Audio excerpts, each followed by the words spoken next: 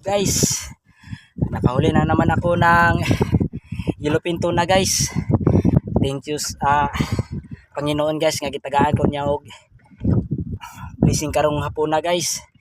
Mga 70 kilos guys, lawian guys, yellowfin guys.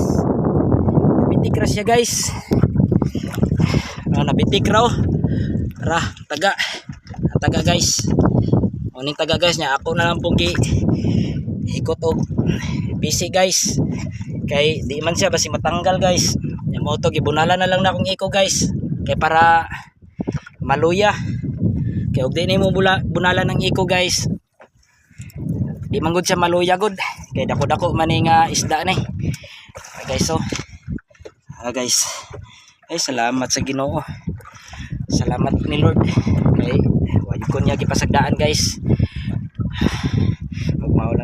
Maulan to guys.